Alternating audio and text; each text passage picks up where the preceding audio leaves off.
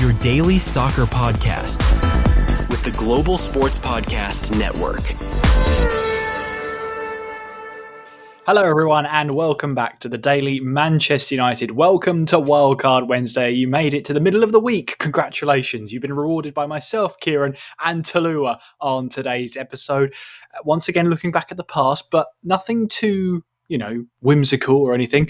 We're simply taking us back in time as the City match approaches over the weekend. We look back when City came to Old Trafford on the 6th of April for let's be honest, a disappointing 0-0. If you still remember something from that season, good on you, because I've wiped my memory of it. I actually had to go back and look about what happened because last season just didn't happen. Anyway, Toluwa, how are you? How you doing? I'm good, man. I'm good. How are you?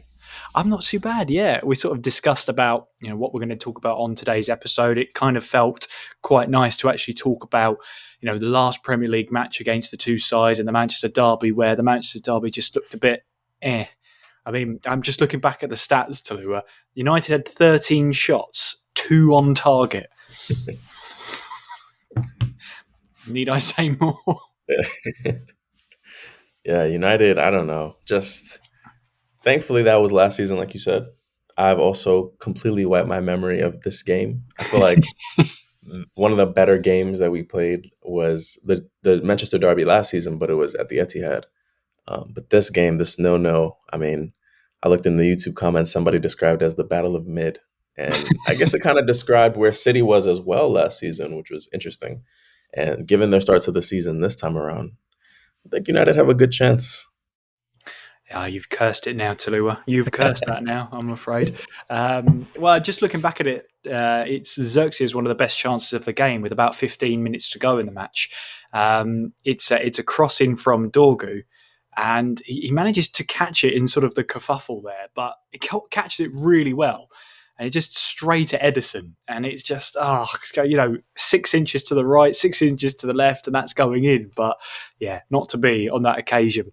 But yeah, City had plenty of chances as well. Foden missing a chance, a glaring opportunity, hits the side netting. I think Dalot in the first half, he goes to hit the ball and his foot slips underneath him.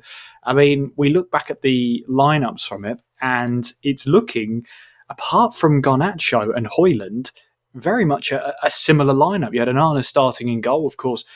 As we mentioned on yesterday's episode, he is looking to go on loan to Trabzonspor. It's not been confirmed at the time of this recording, but he started in goal. You had Mazraoui, Maguire and Yoro in the back line. You then had Dalot and Dorgu as your wing-backs. Casemiro and Ugarte sharing that holding midfield role with Bruno Fernandes, Alejandro Garnacho and then Rasmus Haaland up top. It's fair to say we've lost Mazraoui to injury, towards the end of last season and into the beginning of this one. Lich is still out, and there is no expected return date for him at this time. It's probably going to be towards the end of this year, hopefully early next year. That will be feel like a new signing. But do you feel like since the last Manchester Derby coming up to this one, has there been any improvement in the team? I mean, for sure, definitely up top. That's the one area that we struggled with a lot last season, especially in this game. You mentioned Xerxes. Xerxes is still here. I feel like his impact is still the same. He's really good on the ball, kind of encourages his teammates to get into the game.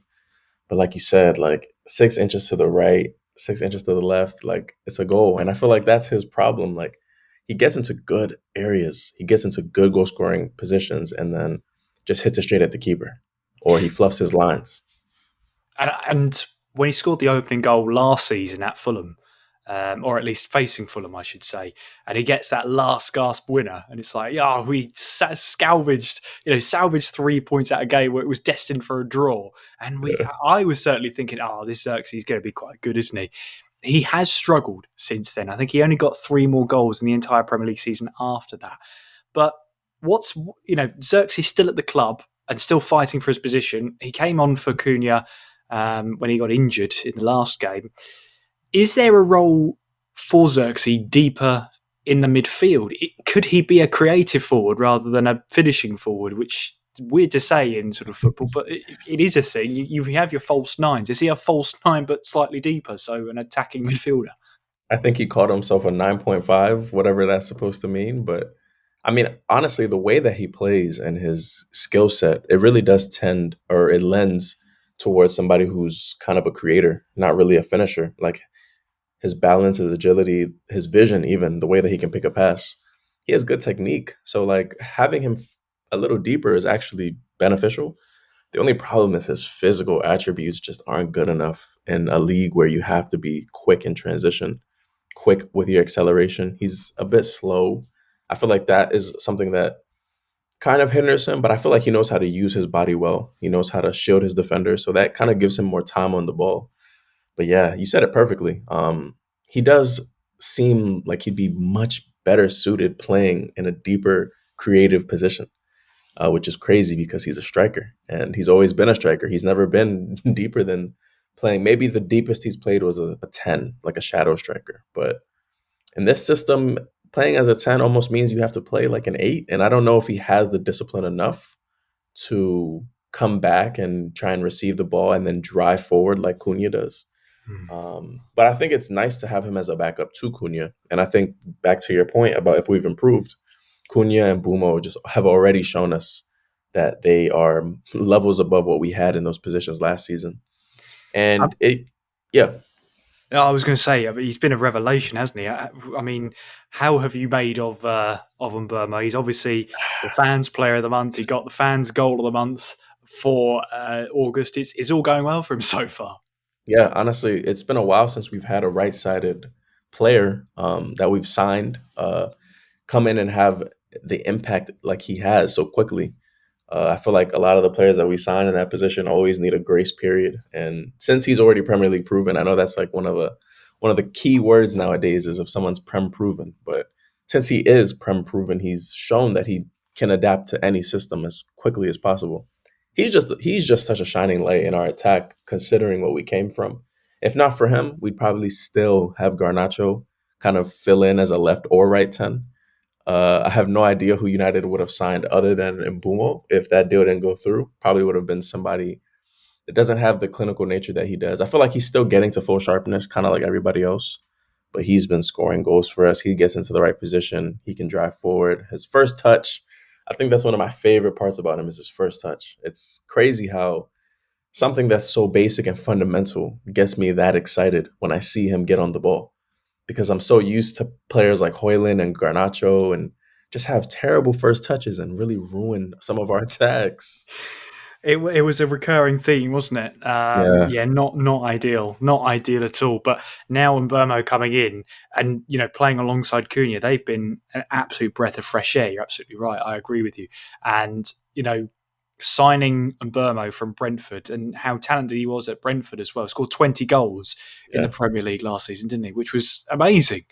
Was it 20 goals? yeah. It was 20. It was 20. I Yeah, did think that. I was like, no, I got that wrong. No, it was. Toluwa's corrected me, so it must be right. So a breath of fresh air. If he can bring that sort of nature with him into the club, that's going to be great. yeah, One player we do have to talk about, Toluwa, who's struggled, I say, for minutes. He hasn't been started in any of, apart from one game in the Cup. We don't talk about the Cup. But at least in the 3 Premier League games, he hasn't started. Internationally, he has played for Slovenia, and he played a full 90 minutes against Sweden, racking up an assist, and played a full 90 minutes against Switzerland, was on the receiving end of a 3-0 drubbing. What's the key for Šeško here? Because I would say he's struggled in the Premier League so far, but at least he's getting 90 minutes away on international duty. So why is he not getting 90 minutes at United? yeah. I think a lot of the people that I've talked to about the situation, they've kind of echoed the same thing, which is, it's a lot of pressure coming in with the price tag that we signed him for, and kind of the environment and the transition the club is in, and then obviously just the pressure of the Premier League. People feel as if they think that Ruben Amorim wants to ease them in, which I think is a fair point. I think him coming in and immediately starting and not playing to the best of his ability could ruin his confidence. But at some point, you're going to have to pay him. He paid a pretty penny for this guy. But getting the 90 minutes under his belt, I actually watched as much as I could of the game against Sweden. And he gets himself stuck in. Like, he gets himself in between defenders. He's not afraid to like be physical and use his body. I just feel like the service is one of the most important things for him. And if we can't get that service right to him, it's going to make him look like he's on an island. He does his best to try and get involved with the game. I saw him drop deep a lot, which is good. We kind of have strikers who like to do that, but the fact that he can also get him behind and stretch his legs is good. I think in this game, he should start against City. And I think it'll be a good test for him. I think now he has the fitness aspect of it. I know he needs to still gain match sharpness, but playing with his national team versus playing with some of the quality at United is a bit different. So he'll get better service, we hope. Uh, but I'm just excited to see what he does playing from the start, not coming off the bench and trying to be an impact. I want to see how he starts the game, how he gets through those tough periods where we might not have the ball, and then what he does when he gets a chance in front of goal. But there's that S word coming in, Toluwa, service, which is a big word we used last season in terms of, what was happening with Xerxes and with Haaland. They just weren't getting the service. Yeah. Is this sort of a cycle we're doomed to repeat? We get a striker in. This time he's 6'5". Surely that will fix things. But yet the service word comes back into play. Yeah, I mean, a lot of our buildup in our play comes from the wing. Whether it's starting centrally, then looking for a wide player. I mean, the striker almost never gets the ball in behind, straight through the middle of the pitch. I mean, that just doesn't happen. The times it happened was by Endear to Cunha, and that was a great opportunity. I think Bruno played some lovely passes against Burnley through the center. But those chances are very far and few between. Like, we're not always going to get that opportunity, especially with the way the system plays out. So he's going to have to get good service from Dorgu or Ahmad or Dalo, but are these players willing to get across into the box? Like, I feel like they second guess themselves a lot. And all it takes is that one hesitation for Sheshko to be in a good position, and then he's not. And then the play's dead, and then we have to recycle. You said it perfectly. Like, service is something we've been crying out for. And these players have the ability. Dorgu, Ahmad, Dalo, I've seen them put in pretty good crosses in their career. I don't know what it is, the mentality from game to game, but hopefully against City, we can be a little more sharp. Absolutely. Let's hope so. And when we come back after the break, a little bit more about what happened last time we hosted Manchester City and what maybe to expect when we go away to them over the weekend. We'll be back after this.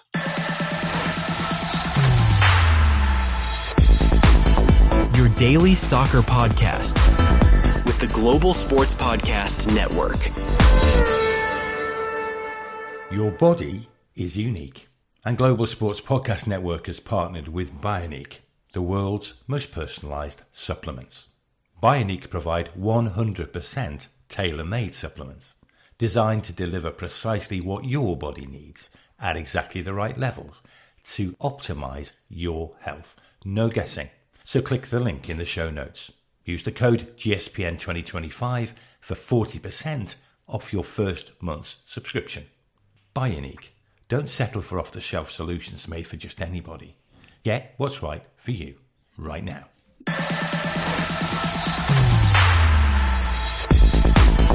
Your daily soccer podcast with the Global Sports Podcast Network. There's a certain H word, Toluwa, coming up.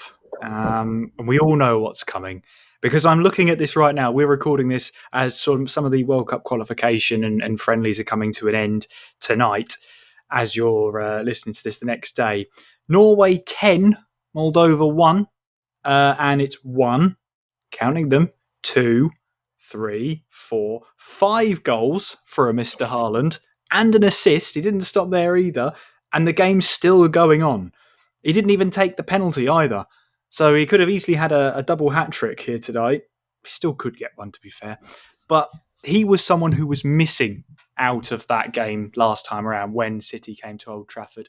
And it showed that he was missing at that point as well. But how do you keep him quiet? Because obviously he's had a decent start. We know once he gets into form, he's an absolute robot. But how do you stop him? Who do you put in that lineup to stop him completely? I don't honestly think there's one person that could stop Haaland in our team, individually at the very least. I feel like it has to be a collective. I feel like especially to the start of this season, the way City have played, they've almost, the teams that City have played have almost kind of taken Haaland out of the game by neutralizing everybody else. And once you neutralize everybody else and you neutralize the formation and tactic that Pep sets, then Haaland is just a guy who's roaming around trying to make something happen. He's still dangerous. Like, there's no doubt about it. That's why I say I don't think there's really anybody that can stop him 1v1 when he gets in his stride. He's also a physical striker, so he can use his body well. There was a sequence in the Brighton game, or not the Brighton game, I'm sorry, the Tottenham game, where he used his body well. He drove past his defender, played a nice ball into, I'm forgetting his name, Marmoush. And I'm thinking to myself, is this the same Haaland that everybody says all he can do is tap the ball in? I'm like, this guy took the ball on the turn, drove into space, and played a great pass. So he's deadly. That whole City team is still deadly. The form that they're in, it does matter, though. I can tell that Pep is overcomplicating, once again, his system and his formation. And once that happens, I feel like Haaland is very ineffective. I think United need to just be very disciplined. We have to be disciplined. Do kind of what Tottenham did. I mean, even if we don't play the prettiest football, Tottenham got 3 points by playing some pretty disgusting football and counterattacking. So, yeah, we know all about that, don't we, Toluwa? We know all about that. It cost us a trophy. To be fair, no one should have won that trophy. That trophy should have just stayed where it was. But I feel like, as well, in this system, yes, it's creating a lot of chances. It's creating more chances than it did last season now. It's been really good to watch. Just needs sort of that clinical nature. Yeah. But I feel like in the midfield, we can be seriously overrun because you've only got the two holding midfielders, really. Your wing-backs are trying to press up to be the width on the team. Yeah. Your attacking midfielders are given sort of liberty up at the top of the field alongside the striker. And if that turns into the triangle, and if you've got, say, well, when you had Mbumo, Cunha and Mason Mount, that just sort of was like a rotating triangle of attacking midfielders taking it in turns to be up top. And that really leaves you with, if Casemiro starts, he'll play an hour and then be replaced by Ugarte, and then Fernandes deeper in that midfield.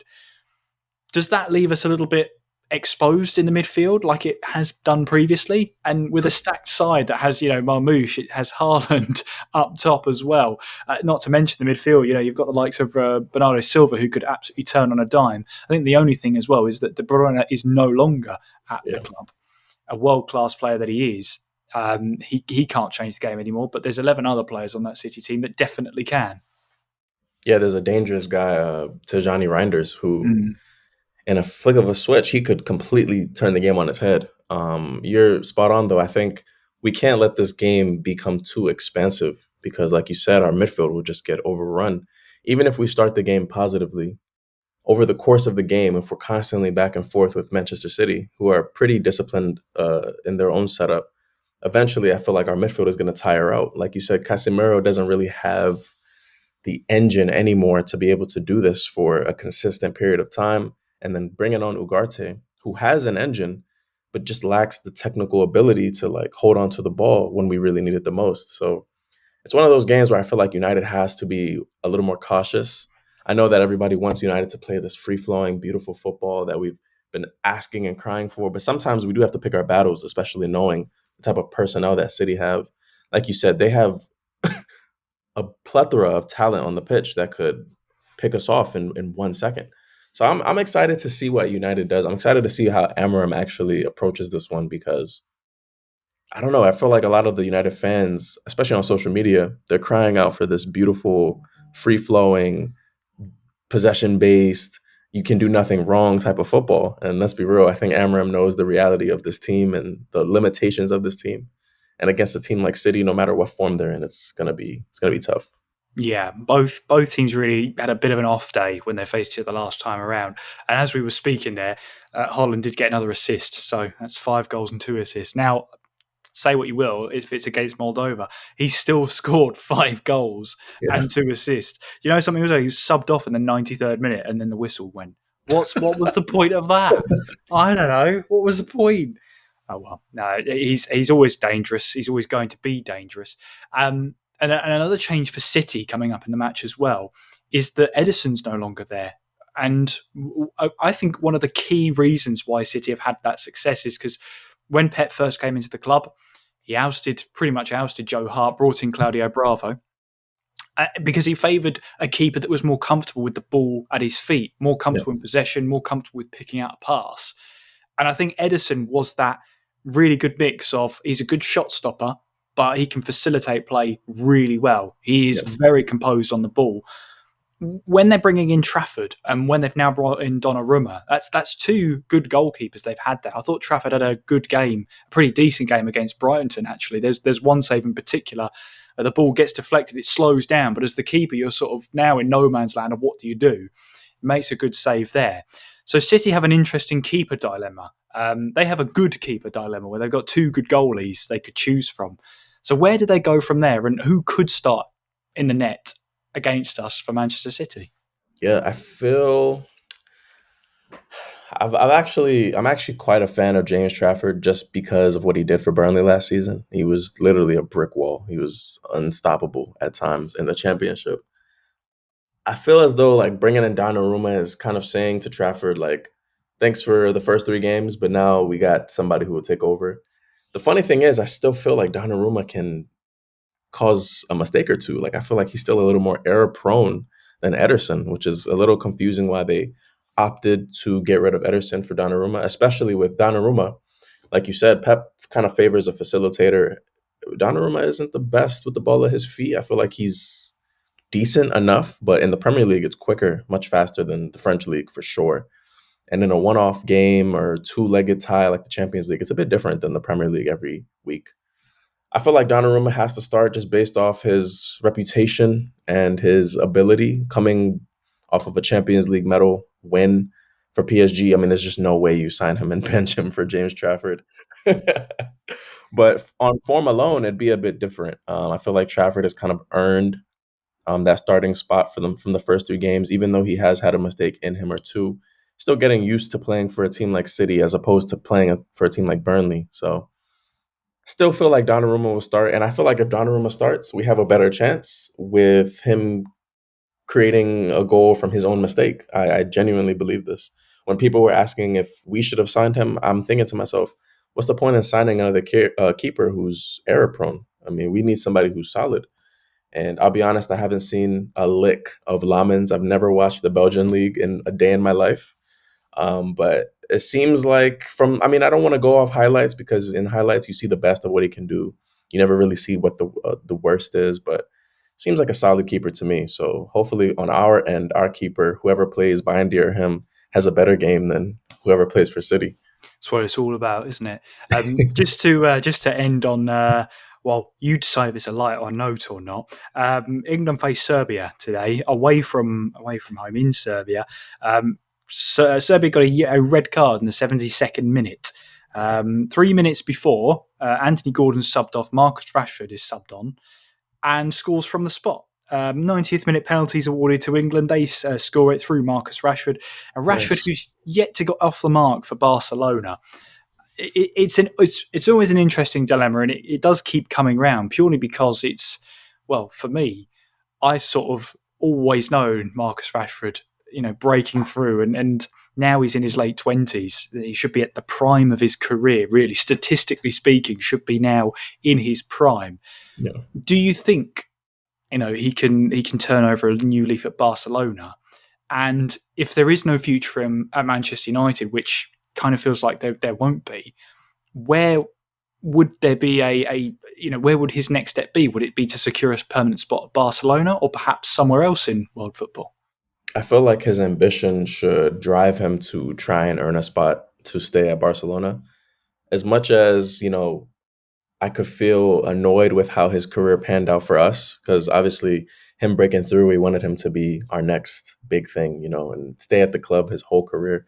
And I think he even admitted that he wanted to be a one-club man. But things don't always work out how we want them to. For his sake, I hope he does well at Barcelona. Not just for him, obviously selfishly a little bit for us, so that we can finally actually get him off the books and start to look forward. But he really should be aiming and striving to be at the top level, no matter what club that is. I feel like Rashford is the type of player where his talent and his ability, he has to be amongst the best. I feel like his work ethic doesn't really get him there. Obviously, he's had a lot of injuries, so I can't blame him for that.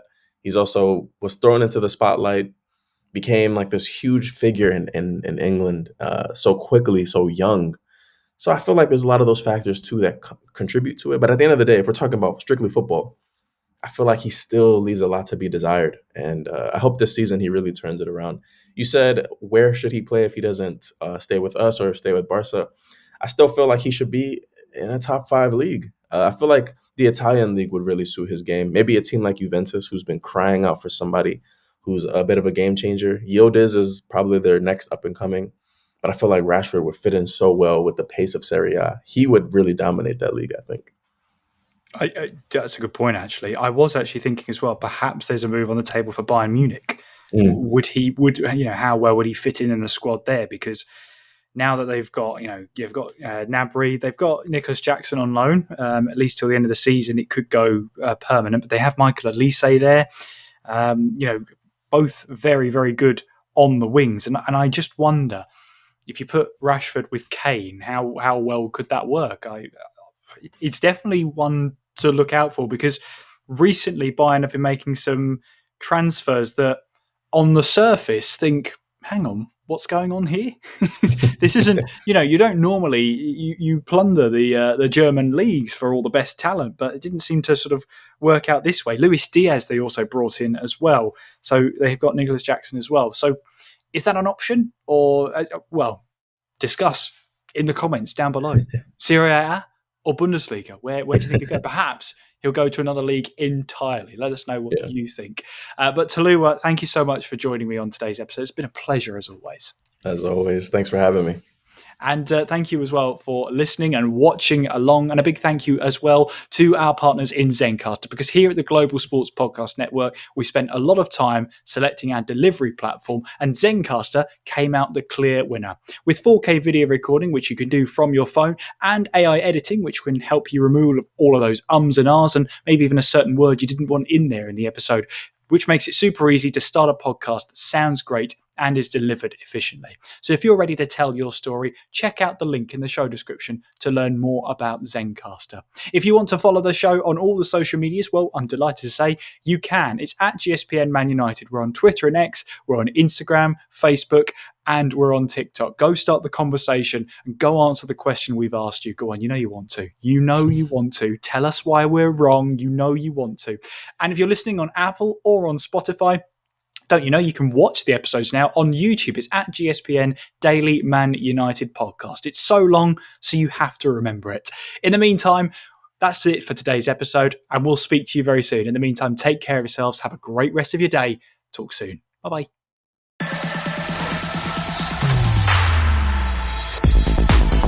Your daily soccer podcast with the Global Sports Podcast Network.